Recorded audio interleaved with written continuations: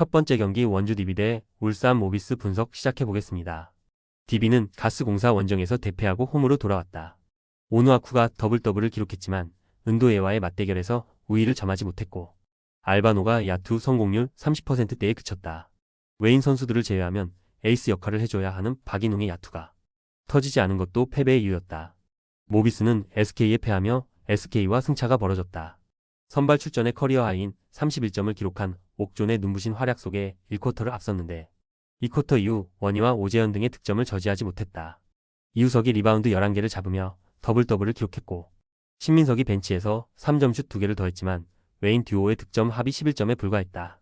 때문에 이 경기를 통해 반등을 해야 한다. 모비스의 승리를 본다.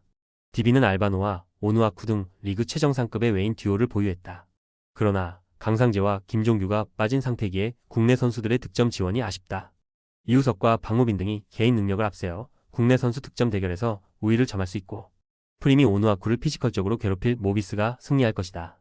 두 번째 경기 안양 정관장 대 한국가스공사 분석 시작해보겠습니다. 정관장은 LG에 이어 가스공사를 연달아 상대하는 백투백이다. 그래도 홈 연전 일정이기에 이동으로 인한 부담 없이 이번 경기에 나설 수 있다. 그러나 시즌 내내 이어지는 김상식 감독의 건강 이슈가 있고 최근 팀에서도 부상자가 늘어났다. 박지훈과 한승희 등이 주전으로 나서 힘을 내고 있긴 하지만 타 팀에 비해 전력이 떨어지는 건 사실이다. 트레이드를 통해 영입한 버튼은 이 경기부터 나설 수 있다. 가스공사는 DB를 잡고 2위를 추격했다.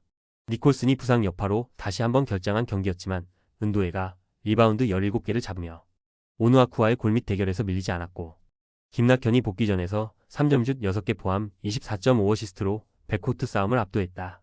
모처럼 공격 상황에서 적극성을 보인 이대현도 잘해줬기에 모비스 추격을 노리고 있다. 가스공사의 승리를 본다.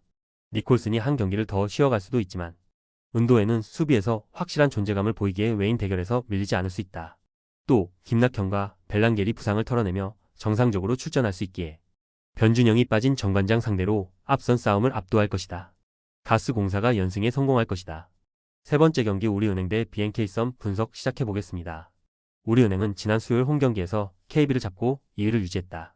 삼성이 신한에 패하며 주춤한 사이에 다시 승차를 내며 1위인 썸을 추격했다.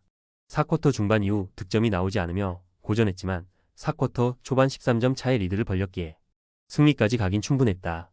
개인 최다인 19개의 리바운드를 잡아낸 김단비가 22점과 3스틸을 더하며 승리를 이끌었고 한엄지 역시 13리바운드 포함 더블에 성공했다.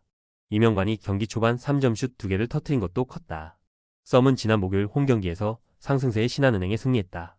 박혜진에 이어 족저근막염인 이소희도 빠진 경기였기에 고전이 예상됐는데 승부처를 넘긴 집중력이 좋았다. 김소니아가 4쿼터 중반 이후 연거푸 중요한 리바운드를 잡으며 골밑 싸움을 잘해줬고 이지마 사키가 21점을 폭발했다. 어시스트 11개를 기록한 안혜지의 존재감도 인상적이었다. 우리은행의 승리를 본다. 썸은 이 경기에 이소희가 돌아올 것으로 보인다. 그러나 박혜진의 공백으로 인해 김단비 마크에 고전할 것이다.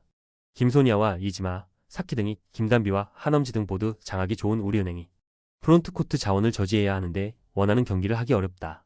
휴식일이 더 길었고 김단비가 김소니아와의 에이스 대결에서 우위를 점할 우리은행이 승리할 것이다. 네 번째 경기 고양소노 대 서울 SK 분석 시작해보겠습니다. 소노는 시즌 중 최악의 위기를 맞았다.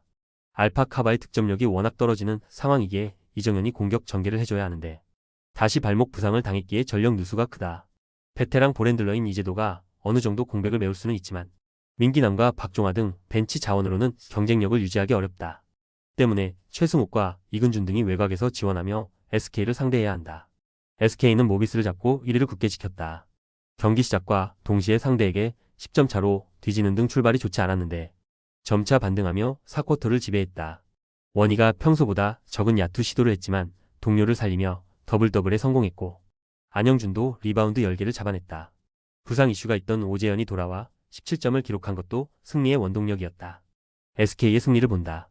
소노가 풀 전력으로 경기에 나선다 하더라도 쉽지 않은 상대인데 어려운 일정에 에이스의 공백을 감안해야 한다. 김선영이 부상 이슈로 출전이 어렵지만 오재현과 안영준이 트랜지션을 통해 소노의 앞선을 무너뜨릴 것이고 원희가 번지의 느린 발을 공략할 SK가 승리할 것이다. 다섯 번째 경기 KB손해보험 대 대한항공 분석 시작해보겠습니다. KB는 한전을 잡고 연승을 이어가며 3위 자리를 지켰다. 마테우스가 빠진 상황에서도 서재덕과 신영석 등을 앞세운 한전이 분전했기에 한 세트를 내주긴 했지만 중요한 승점 3점을 챙겼다.